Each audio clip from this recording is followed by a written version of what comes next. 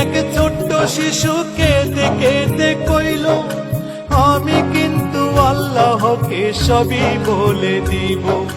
ছোট্ট শিশুর কথা বুঝি আল্লাহ করলেন জমা, তাই বুঝি পাঠাইলেন গজব করোনা।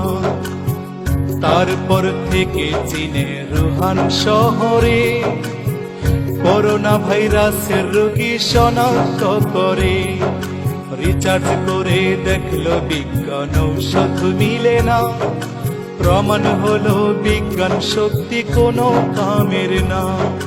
বুঝে গেল সবচেয়ে বড় আল্লাহর আলামত, বিধর্মীরা মসজিদ ঘরে চাইল রহমত। বুঝে গেল সবচেয়ে বড় আল্লাহর আলামত, বিধর্মীরা মসজিদ ঘরে চাইল রহমত। ওরে দেখলাম গভীর ভাবনা, বান্দার পাপের ফসল করোনা। মাওলা করলে তুমি ইশারা, ফিরে চলে যাবে করোনা।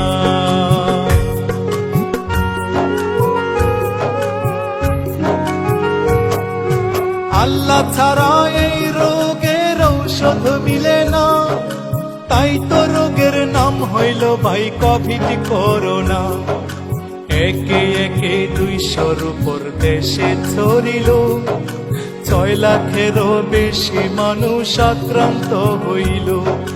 1 লাখেরও বেশি লোকের প্রাণ নিয়া নিল। এর মধ্যে বাংলাদেশও রেহাই না পেল।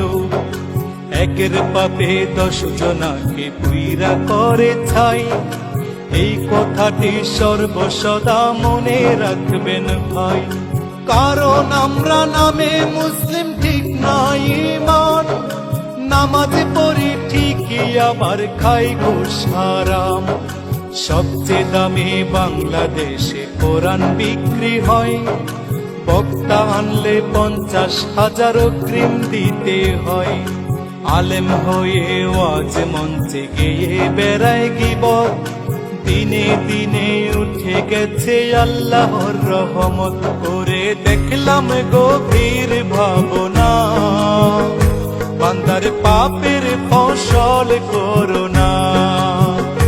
মাওলা করলে তুমি ইশারা,